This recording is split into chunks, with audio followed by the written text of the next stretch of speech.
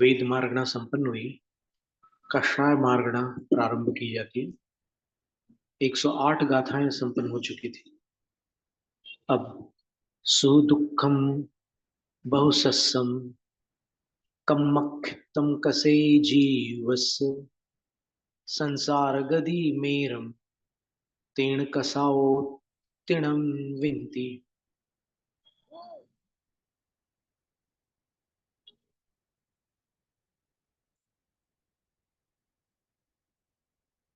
जीवस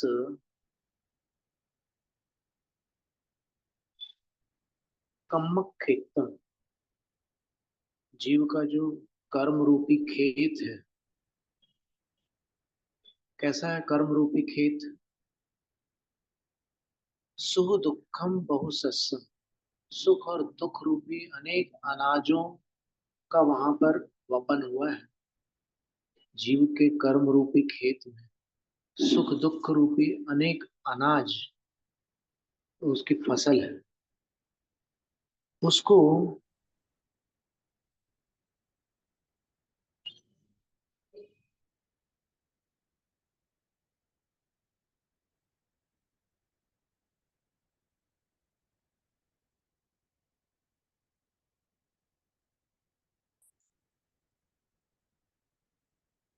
कसेदी तेण कसाओ तिणम मिलती।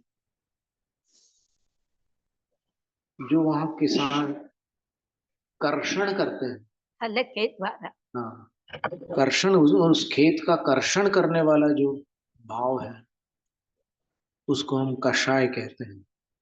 और वह कषाय संसार गदी मेरम, संसार में जो चार गतियां हैं उसके लिए वो मेर यानी मेड है, बाउंड्री है। कषाय जब तक है तो चार गतियों से बाहर नहीं जा सकता।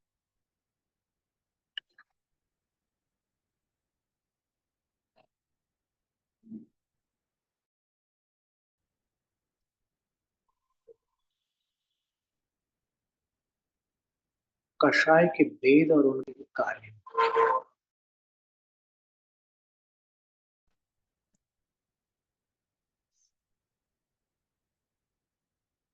सम्मत देश संयम संशुद्धि घाई कसाई पढ़माई ते सिंधु भवे।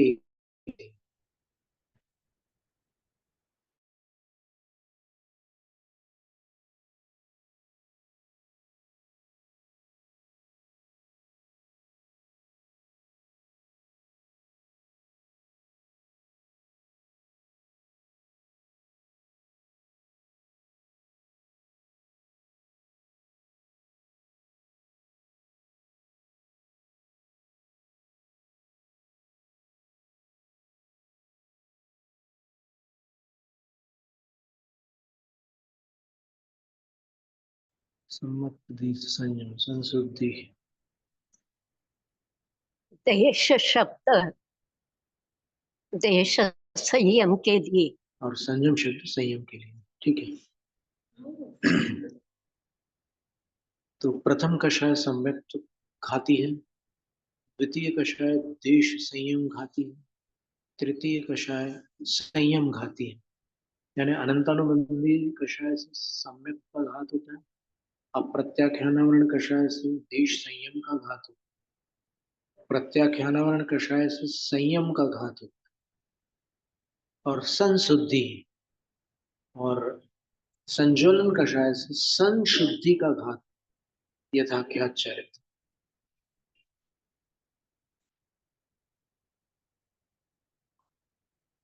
तेसिन तो भवे नासे, और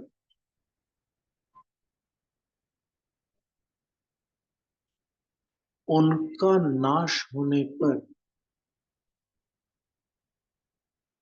आत्मा में सम्यक्ताधिक गुण उत्पन्न हो जाते हैं। चौहम उत्पत्ति, चारों गुण उत्पन्न होते हैं। अनंतानुबंधी का नाश हो तो सम्यक उत्पन्न हो जाएगा। अब प्रत्याख्यान का नाश होगा तो देश संयम उत्पन्न हो जाएगा। प्रत्याख्यान का नाश होगा तो संयम उत्पन्न होगा, और संजुलन का नाश होगा तो संशुद्धि अर्थात यथाख्यात चरित्र की शुद्धि उत्पन्न होगी। इसका मतलब स्पष्ट है। देश संयम को अलग से कहा, उसके ऊपर आवरण डालने वाले कषाय अलग से कहे, संयम से भी अलग और असंयम से भी अलग, दोनों की श्रेणी में नहीं गिना। पक्की बात है। देश संयम न तो असंयम है और न ही सकल संयम। हाँ, देश संयम के रूप में विकलम चारित्रम, लेकिन चारित्र शब्द रखा समंत भद्र स्वामी। बिल्कुल। चरणम सकलम विकलम चरणम हाँ, तत्सकलम सर्वसंग विरतानाम अनगाराणाम विकलम सागाराणाम ससंगानाम। सकल और विकल ऐसे दो प्रकार के चरण अर्थात चारित्र होते हैं, जिनमें सकलम सर्व संग विरताना सब परिग्रहों के त्यागी अनगाराणा अनगारों के होता है, और विकलम ससंगानाम सागाराणा विकल जो चारित्र है वो ससंग सागारों के। विकल शब्द का अर्थ क्या है? कुछ कमी है। हाँ जी। विकलांग किसे कहा विकलांग जाए? का अर्थ ऐसा नहीं है कि बिल्कुल कोई अंग ही नहीं। हाँ, अगर कुछ चारित्र का अंश भी नहीं होता तो विकल चारित्र नाम से वर्णन क्यों किया? पूर्वाचार्यों ने कहीं पर भी देश संयम को उन्मार्ग की श्रेणी में नहीं कहा।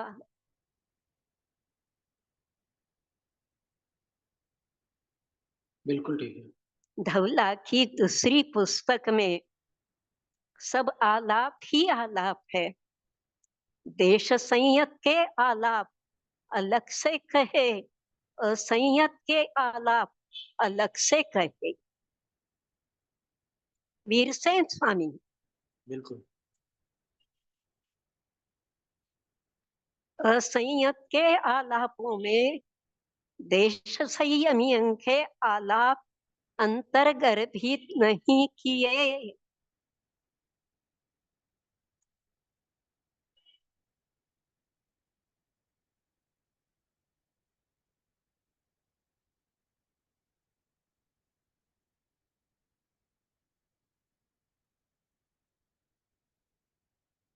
अगर ढूंढने ही जाए तो उपलब्ध आगम जितने हैं उनमें ढेर सारे प्रमाण, ढेर सारे क्यों, सभी प्रमाण हमारे पक्ष में मिलेंगे, विपक्ष में कुछ भी है नहीं, सिर्फ हठीलापन है, एक विकृति है।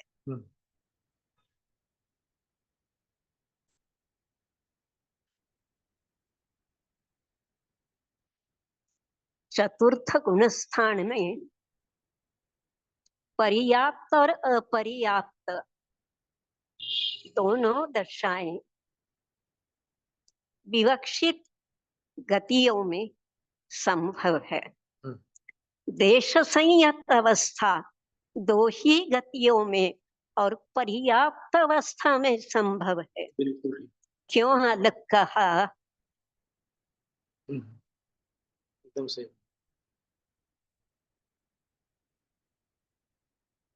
इन्हें कोई अगर चुनौती देगा तो क्या ये टिक पाएंगे? आगम के सामने कौन टिक सकता है? आगम सबसे बड़ा है, क्योंकि वह भगवान की और गणधर देवों की वाणी।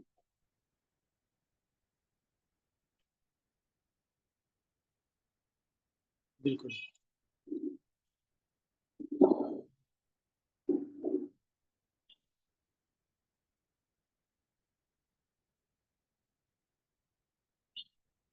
क्रोध कषाय की जातियां और उनका फल। सिलभेय पुडविभेया धूली राई उदय राई समा। निरतिर नरदेवत उविंति जीवाहु कोह वसा।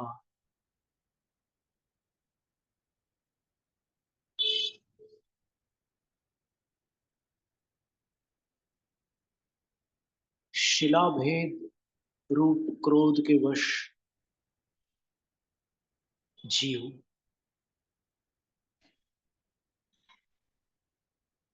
नरक को उविंति उपयंती प्राप्त होते हैं। पृथ्वी भेद रूप क्रोध के वश जीव तिर्यंच पर्याय को प्राप्त होते हैं। धूली राजी वाले क्रोध से जीव मनुष्य पर्याय को प्राप्त होते हैं। और उदक राजी अर्थात जल की रेखा के समान क्रोध से जीव देव पर्याय को प्राप्त होते हैं। मान कषाय की जातियां और उनका सेल समूह अट्ठी समूह दारू समूह तह जान वेद समूह। निरतिर नरदेवत्तम उविंति जीवाहु मानवसा। शैल के समान पर्वत के समान जो मान है उसके वश जीव नरक में उत्पन्न होते हैं। अस्थि के समान जो मान है उसके प्रभाव से तिर्यंच गति में जीव उत्पन्न होते हैं। दारू अर्थात लकड़ी के समान जो मान है उसके प्रभाव से जीव मनुष्य पर्याय में उत्पन्न होते हैं। और बेंत के समान जो मान है उसके प्रभाव से जीव देव पर्याय में उत्पन्न होते हैं। ये चतुस्थान बता रहे हैं। वंशी माया का वर्णन। वंशी मूलम में ससिंग गोमुत्तियं चक्षुरूपम।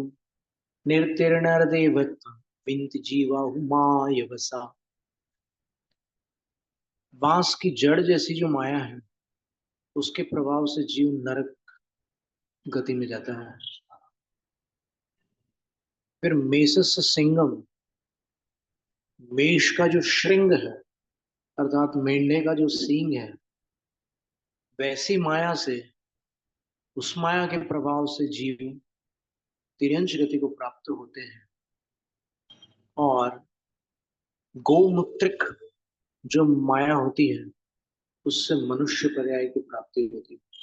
गौमूत्रिक माया का जैसे बैलगाड़ी चली जा रही है तो वो जब बैल प्रस्रव चलती गाड़ी में वो लघुशंका होती है उसको तो फिर वो ऐसी टेढ़ी टेढ़ी टेढ़ी जाती है। तो वैसी माया से मनुष्य पर्याय में यानी चारों कषायों से चारों गतियां प्राप्त होती हैं। पर उस श्रेणी बताइए कषाय अनुभाग स्थान की अपेक्षा से कि उतना टेढ़ापन होगा तो मनुष्य पर्याय मिल सकती है और मिलती ही है वो लिखा है।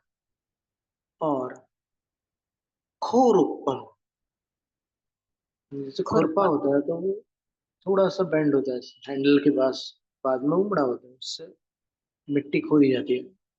तो उतनी माया अगर किसी की है तो देव पर्याय के प्राप्त।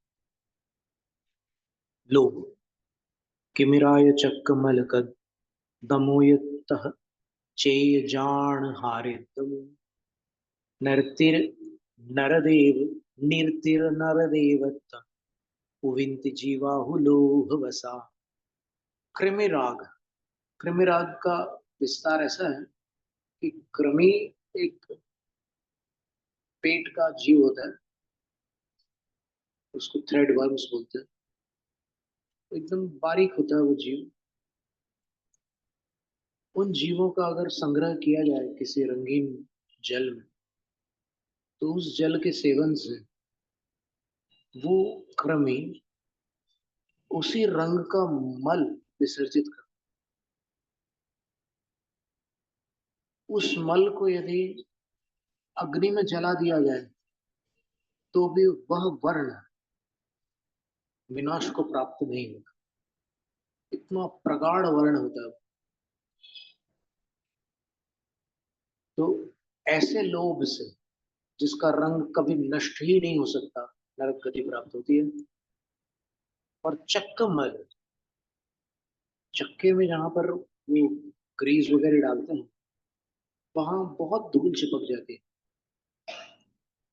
तो वो जो है वो त्रिस्थानीय लोभ है, और उससे तिर्यंच गति होती है वैसा लोभ करने से। वो अगर कपड़े में लग जाए ग्रीस और मिट्टी वाला रंग, तो फिर धो धो करके परेशान हो जाते हैं। तो कई महीनों तक धो, तब कुछ फीका पड़ता है वो रंग। और फिर द्विस्थानीय लोभ कौन सा? करदम लोभ, कीचड़। कपड़े में कीचड़ लग जाए तो दो चार बार धो लो तो फिर एकदम साफ हो जाती है। तो वैसा अगर लोभ है तो मनुष्य पर्याय हो।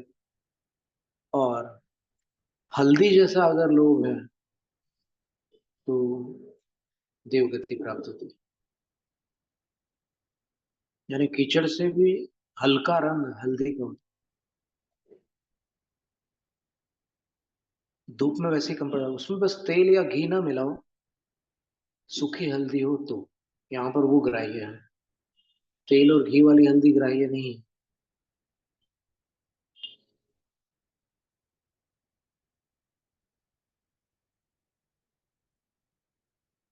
फिर से इसी बात को दूसरे प्रकार से कहते हैं कि चार कषायों का क्या कार्य होता है। पड़मोदन सण घाई, विधियोतः घाई देश विरही, विरहिति तैयो संजम घाई, चौथो जखाय घाई या। प्रथम कषाय अर्थात अनंतानुबंधी दर्शन घाती है। द्वितीय कषाय देश विरति का घात करने वाली है। तृतीय कषाय संयम घाती है। चतुर्थ कषाय यथाख्यात घाती है। तो द्वितीय तृतीय तो पहले आ चुका है। प्रथम अनंतानुबंधी, द्वितीय अप्रत्याख्यान वर्ण, तृतीय प्रत्याख्यान वर्ण है, और चतुर्थ यथाख्यात। यथाख्यात का घात करने वाली संज्वलन है। संज्वलन कषाय। प्रत्याख्यान का अर्थ सकल संयम है। अप्रत्याख्यान का अर्थ ईशत प्रत्याख्यान, देश संयम होता है। अनंतानुबंधी का अर्थ मिथ्यात्व से संपर्क करने वाली कषाय, कराने वाली कषाय। संज्वलन का अर्थ संयम के साथ जो प्रज्वलित रहती है वह। इसके बाद कषाय मार्गणा समाप्त करते हुए अकषाय जीवों का वर्णन करते हैं। अप परो भय बाहन, बंधा संजम निमित्त को भाई, जैसी नथ्य कसाया अमला अकसाइणो जीवा। ये दशम गुण स्थान के ऊपर वाले जीवों का वर्णन, कि अपना और दूसरों, अपने लिए और दूसरों के लिए भय और बाधा और बंधन और असंयम उत्पन्न करने में निमित्त भूत क्रोधादिक जिन जीवों के पास नहीं है क्रोधादिक कषायें, वे निर्मल अकषाई जीव कहलाते, कषाय रहित जीव होते हैं।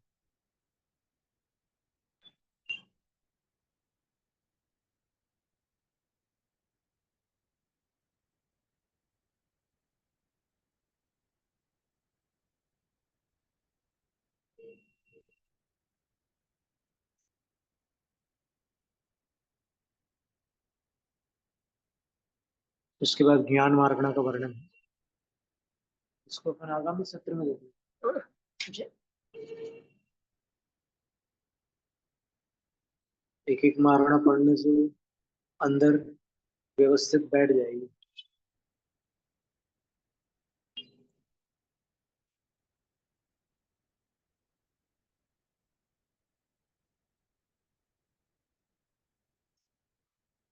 जैनम जयत शास्त्रम।